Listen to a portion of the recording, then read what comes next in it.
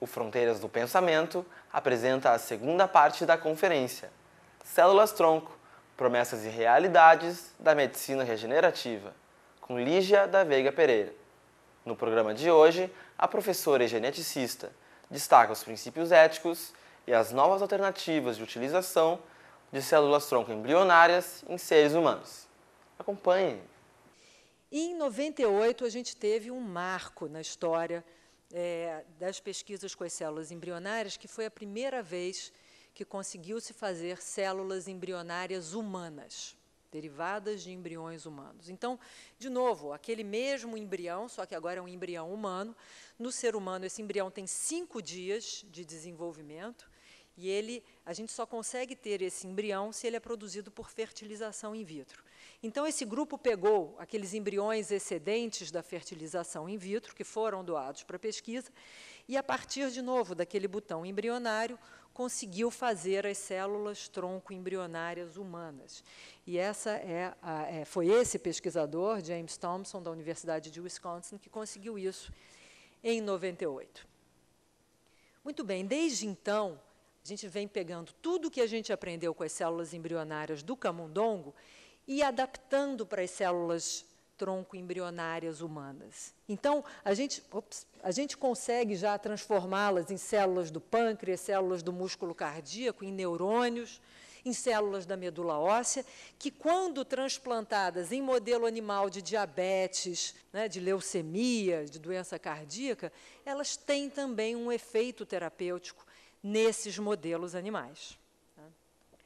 Nós conhecemos as células embrionárias há relativamente pouco tempo. Você pensar que a medula óssea, a gente faz transplantes de medula óssea há décadas, as primeiras embrionárias humanas surgiram em 98.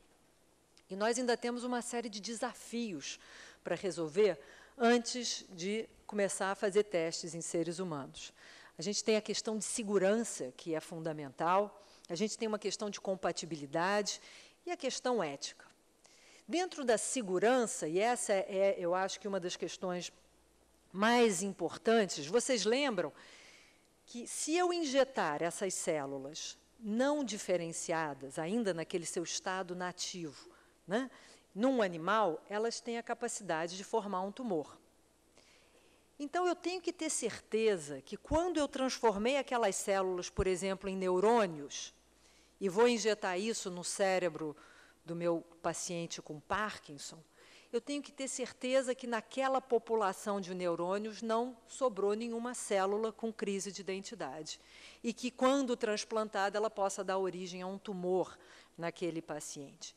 Então, trabalha-se muito no estabelecimento de protocolos robustos de especialização dessas células no laboratório, antes de você transferir para o paciente. A questão da compatibilidade é uma outra questão interessante.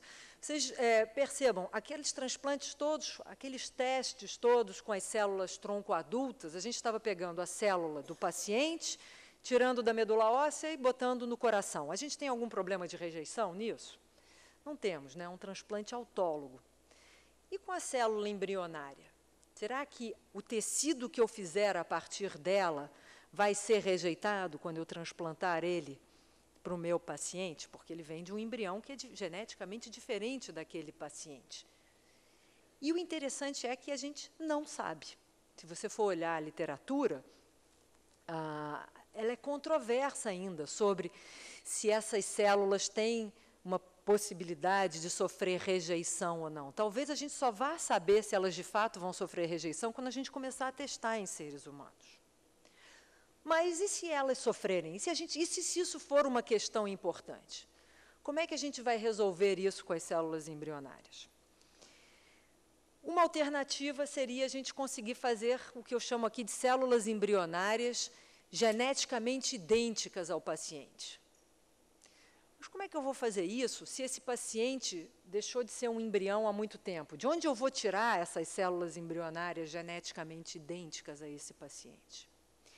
E aí, em 2006, esse pesquisador, que eu acho que ele vai acabar ganhando um prêmio Nobel, chama Yamanaka, no Japão, ele conseguiu um feito muito interessante. Ele pegou células de pele de camundongo, e depois ele fez isso com células humanas, ou seja, células que já tinham decidido que eu sou célula de pele. E ele conseguiu reverter, modificar essas células geneticamente e reverter elas para um estado de célula embrionária. Está vendo como elas mudaram de cara? Elas ficaram iguaizinhas àquelas células embrionárias que eu mostrei para vocês no começo da aula. Tá? Então, ele conseguiu uma fórmula para regredir esse estado especializado dessas células para um estado embrionário. E a gente chama essas células de células pluripotentes induzidas, porque eram células adultas que a gente induziu a regredirem e voltarem a esse estado de coringa. Então, abriu-se de novo outra avenida de pesquisa, e aí o modelo de trabalho com essas células pode ser o seguinte: eu tenho aqui um paciente, eu faço uma biópsia de pele, por exemplo, desse indivíduo, faço aquele abracadabra, aquela reprogramação e transformo essas células de pele em células pluripotentes. Tá?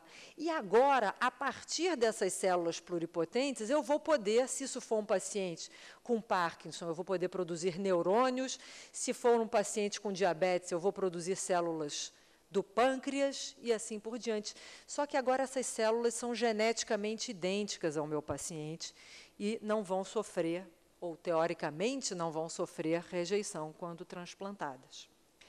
Mais recentemente, essa empresa, Advanced Cell Technology, recebeu a aprovação dos Estados Unidos para começar testes em pacientes com degeneração da mácula. Então, eles conseguem, a partir das células embrionárias, criar células da retina, que, quando transplantados em modelos animais, fazem esses animais recuperarem a visão, e eles vão começar a tratar isso numa forma muito específica de degeneração da mácula em seres humanos. E essa empresa aqui também está perto de conseguir uma aprovação, mas ainda não entrou com o pedido, eles estão produzindo células, a partir das células embrionárias, eles fazem células que produzem insulina. E quando essas células produtoras de insulina são transplantadas em modelos animais, esses animais melhoram da sua diabetes. Muito bem, eu acho que eu não posso deixar de falar sobre a outra questão da ética, que é essa polêmica sobre se esse embrião é uma vida ou não. E foi muito interessante durante as discussões, e isso começou em torno de 2002 aqui no Brasil, culminou com a Lei de Biossegurança em 2005 e depois audiências no Supremo Tribunal Federal, porque às vezes a gente tinha uma polarização. Você tinha grupos dizendo que esse embrião é um ser humano e ele tem, então, todos os direitos de qualquer um de nós aqui, e outros grupos do outro polo dizendo que esse embrião é apenas um conglomerado trivial de células. Eu acho importante sempre colocar de que embrião a gente está falando. A gente não está falando de um feto com o coração batendo. A gente está falando desse embrião da fertilização in vitro. Desde 1978, quando a gente aceitou as técnicas de fertilização in vitro, a gente aceitou a produção desses embriões excedentes, os embriões que sobram desses ciclos. E a gente vinha convivendo muito bem com isso, até que a gente precisou usar esses embriões congelados, esquecidos aí nesses congeladores, para fazer as células embrionárias.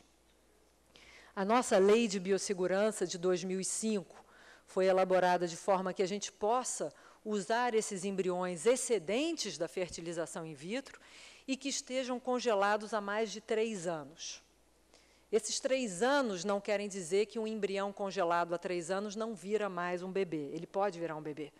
Esses 3 anos é para o casal ter tempo de refletir e saber mesmo se quer fazer essa doação, porque a doação é irreversível. Tá?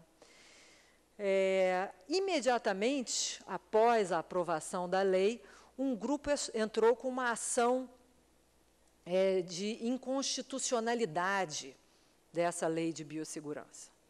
E essa ação de inconstitucionalidade era baseada no fato de que a nossa Constituição garante a brasileiros e estrangeiros residentes no Brasil o direito à vida, à propriedade, à liberdade, a uma série de coisas. E se a gente estava permitindo a destruição da vida humana, aquilo era inconstitucional.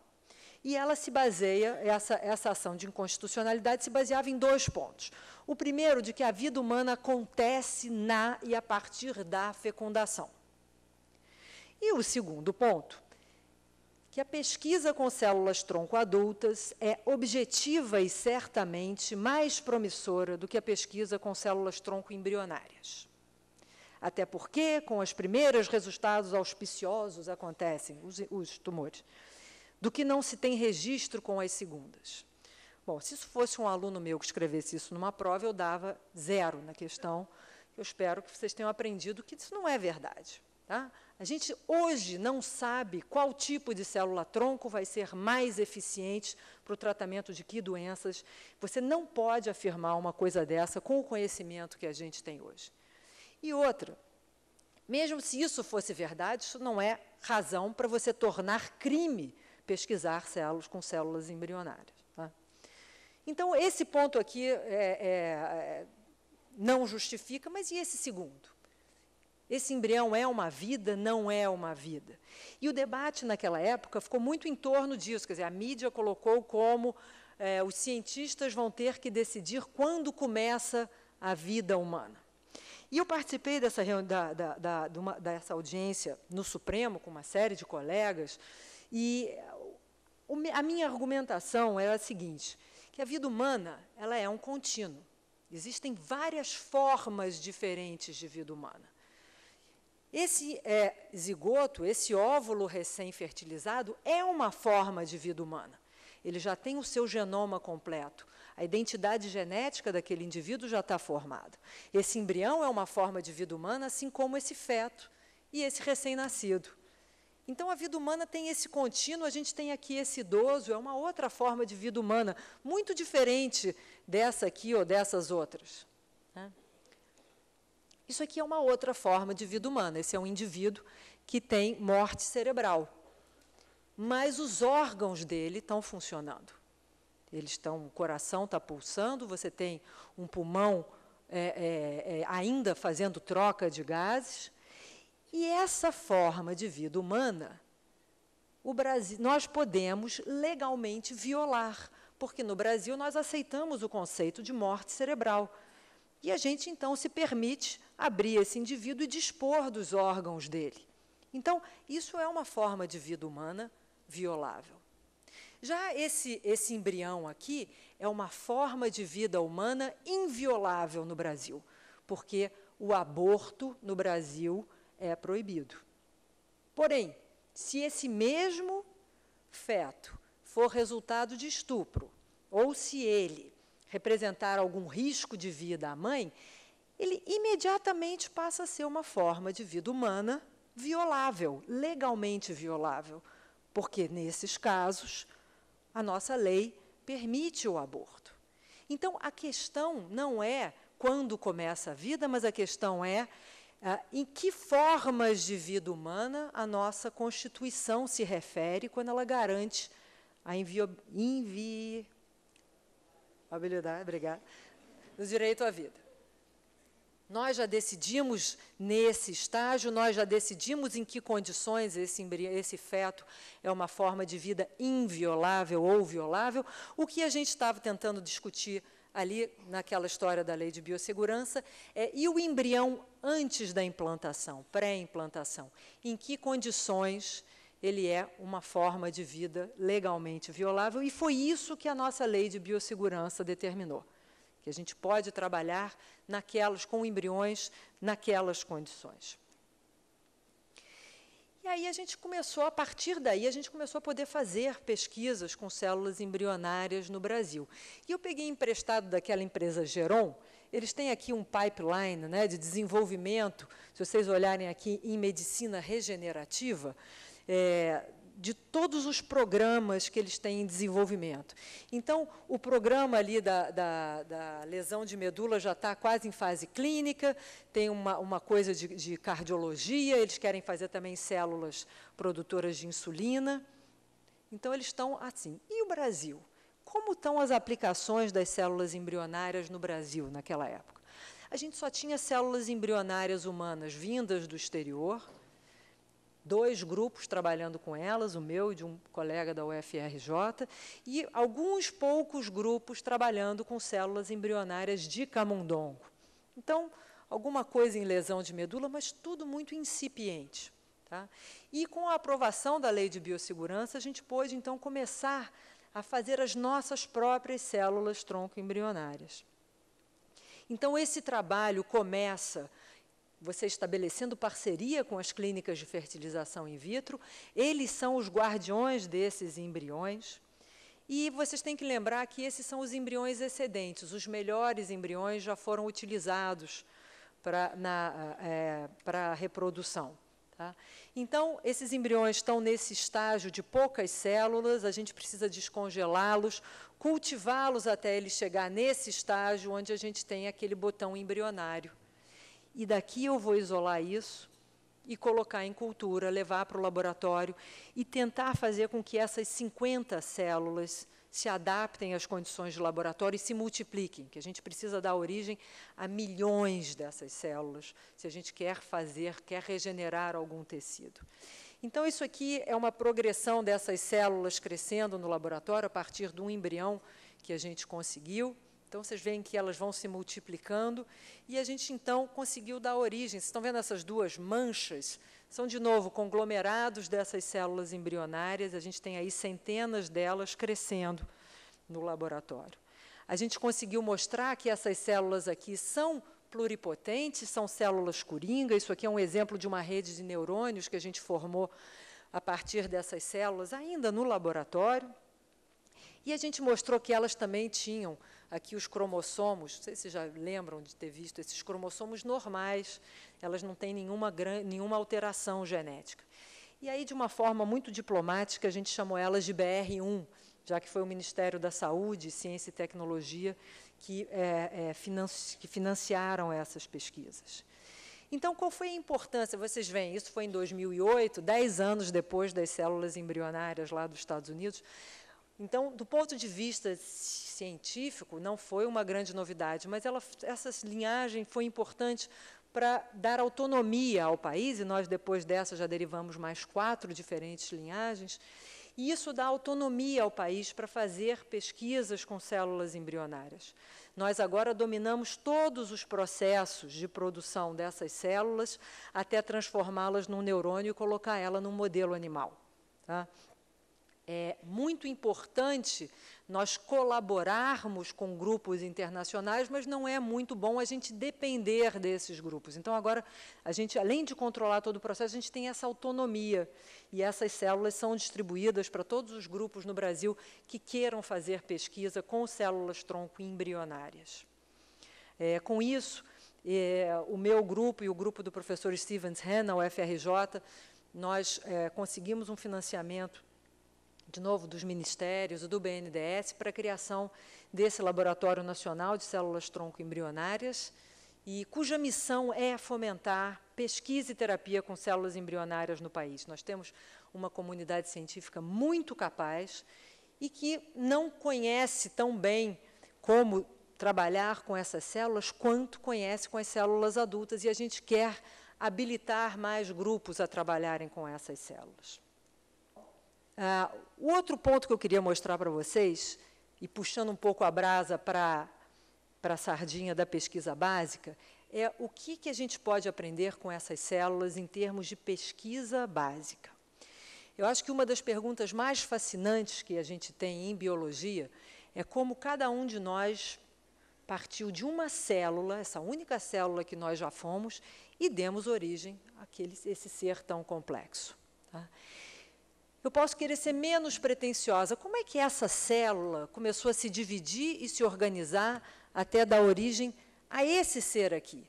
Que, apesar de muito mais simples do que esse bebê, ele é de um nível de complexidade imenso. Ele tem membros, ele tem um sistema nervoso, um coração, uma circulação. Como é que essas decisões são tomadas com esse nível de organização? E como é que eu vou estudar isso quando isso acontece num útero, no ser humano? Né? Agora, eu posso ir para trás e tentar ser um pouco menos pretensiosa e dizer, bom, vamos estudar isso por partes. Como é que essas células, de repente, decidem virar neurônios? Isso eu posso estudar com as células embrionárias. Eu gosto de chamar a atenção da importância da pesquisa básica para transformar as células embrionárias numa realidade terapêutica, mas, por outro lado, a importância das células tronco embrionárias como um modelo de pesquisa básica, um modelo para a gente conhecer melhor a nossa biologia.